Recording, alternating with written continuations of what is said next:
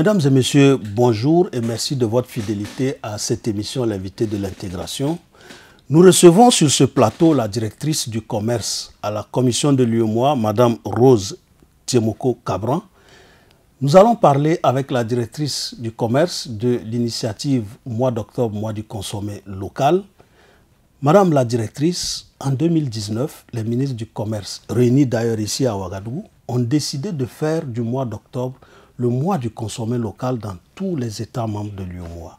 Alors, rappelez-nous, quel est le contexte qui a prévalu à la prise de cette initiative? Merci, monsieur le directeur de la communication. Merci infiniment pour cet entretien. Et avant de répondre à votre question, j'aimerais remercier les autorités de la commission, en particulier le professeur Filiga Michel Savadogo, qui est le commissaire en charge du département du marché régional et de la coopération. Effectivement, qui m'a donné l'occasion de m'entretenir sur ce sujet avec vous.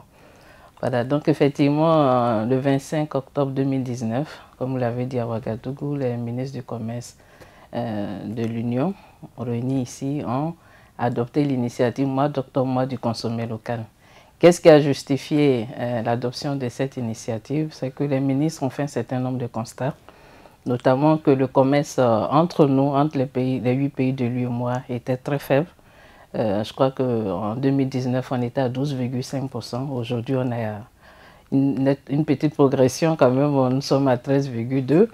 Voilà, donc ce commerce étant faible, également, on s'est rendu compte que les populations de l'Union avaient des habitudes de consommation beaucoup extraverties, puisque nous importons énormément au niveau des échanges intracommunautaires. Si mes chiffres sont bons, sur le rapport de la surveillance commerciale, nous importons à peu près 55%. Le niveau d'importation sur le total, 55%, contre 44% que nous exportons de matières premières. Donc on importe beaucoup de produits. On importe plus qu'on exporte. Voilà, beaucoup de produits manufacturés sous toutes ces formes. Voilà, donc il fallait réduire un peu cette tendance.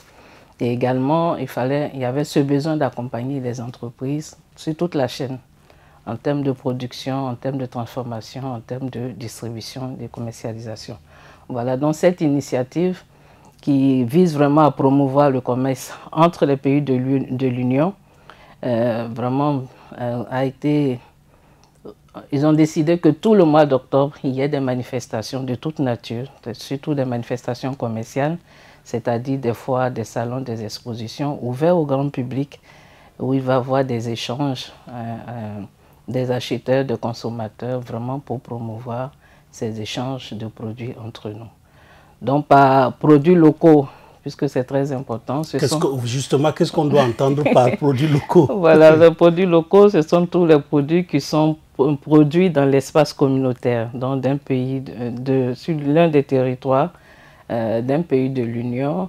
Et ça peut être aussi des produits industriels qui ont subi des transformations des transformations importantes, suffisantes.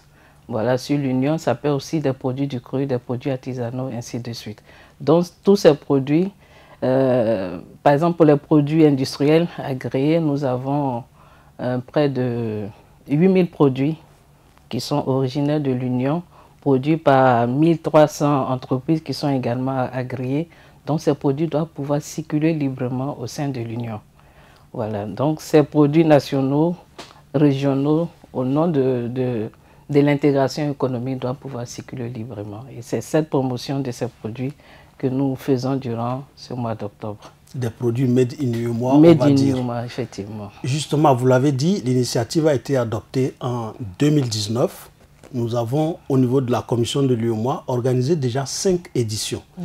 Alors, cette année, le thème qui a été retenu, c'est « Consommer local, facteur de développement des chaînes de valeur régionales compétitives de l'UEMOA ». Qu'est-ce qui explique le choix d'un tel thème? Merci beaucoup. En fait, le choix d'une thématique, ça date vraiment de 2021. On a eu l'adoption en 2019, ensuite une première édition expérimentale, on va dire en 2020.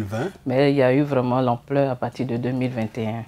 Et les experts des États avec la Commission ont décidé vraiment que ces manifestations se fassent autour d'une thématique.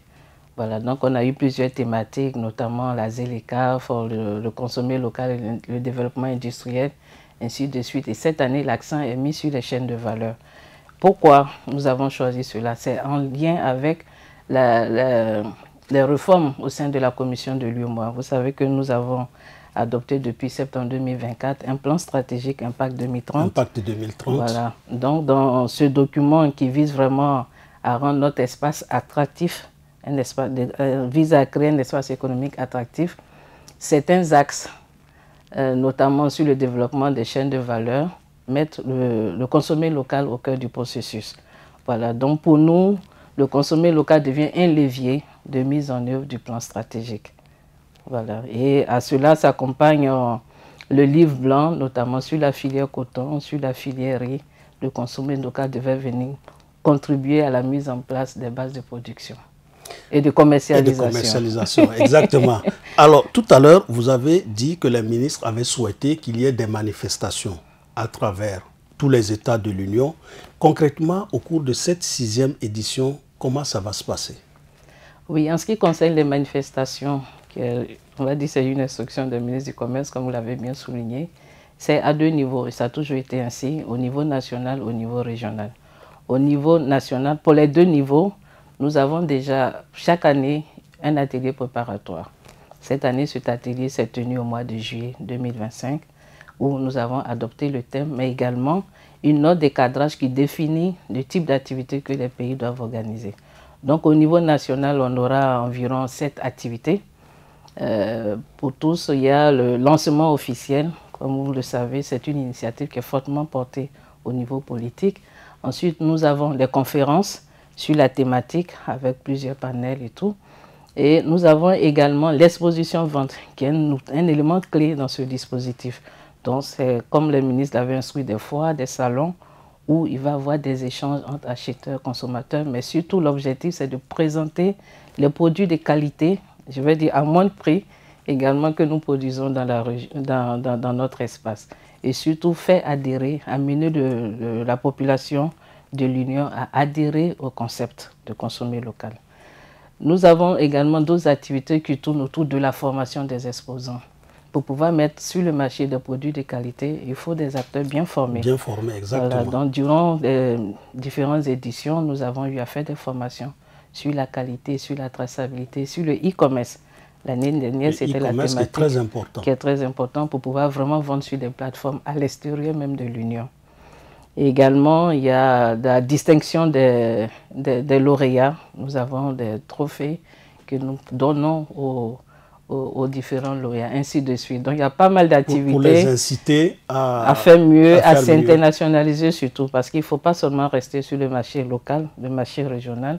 Aujourd'hui, nous avons le contexte de la ZLECAf. Il faut y aller, mais il faut être vraiment très compétitif, puisque là, depuis 2021, effectivement, l'accord ZLECAf est entré en vigueur.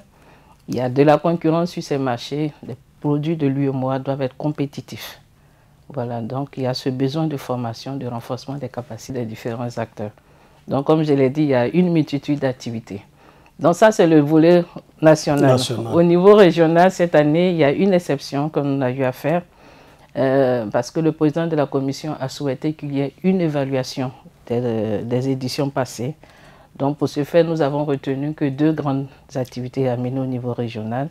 Il s'agit de la cérémonie de lancement qu'il va lui-même présider le 1er octobre 2025. Au siège de la commission. Au siège de la commission, oui, aux côtés des autorités administratives et politiques du Burkina Faso, mais également des corps diplomatiques, du personnel de la commission, des représentants du secteur privé, la CCE-UEMOA.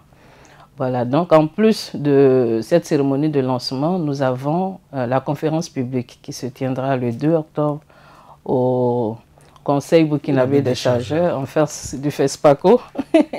Voilà, donc ça sera le 2 octobre. Et là, on va mener des réflexions sur la thématique des chaînes de valeur dans le processus d'intégration régionale. Nous allons débattre. Il y aura des panels, un conférencier principal, mais des panélistes qui vont parler de la place du consommer local dans le plan stratégique, le consommer local. Le plan stratégique Impact 2030. Également, nous allons prendre un exemple, un cas pratique de chaîne de valeur, de transformation d'un produit, notamment le coton, Et ensuite, nous allons parler des mesures commerciales qui devaient encadrer l'insertion des produits locaux dans les chaînes de valeur.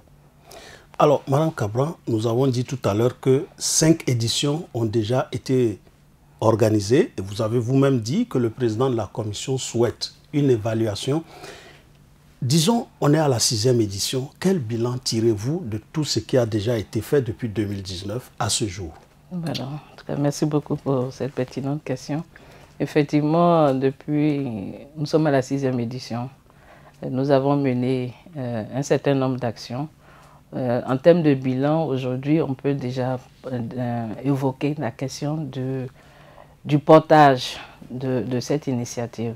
Vous l'avez vu l'année dernière au Burkina Faso, c'était vraiment le chef de l'État qui a présidé. Qui est venu lancer l'initiative. Voilà.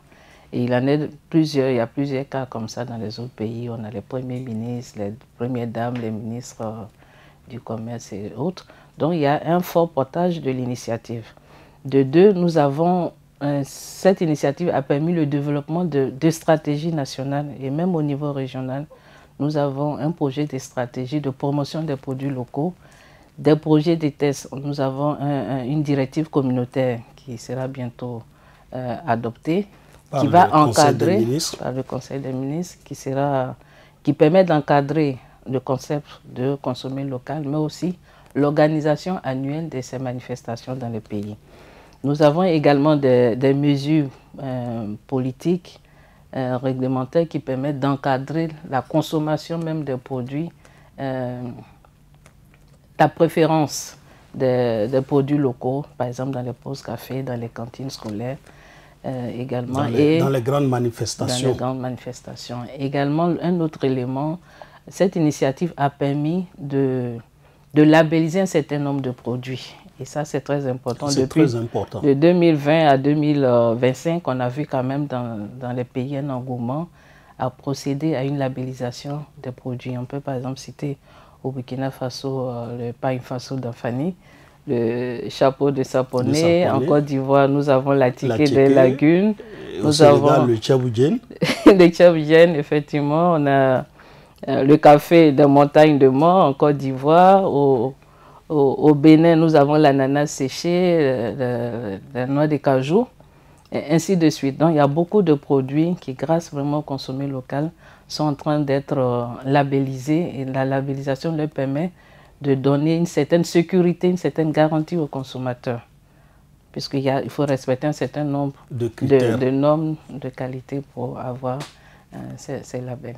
Et on tend vers un label Made in UEMOA qui va permettre vraiment de suivre la traçabilité des pays et rassurer le consommateur quant à l'achat et la consommation des produits qui seront conçus et élaborés au sein de l'Union.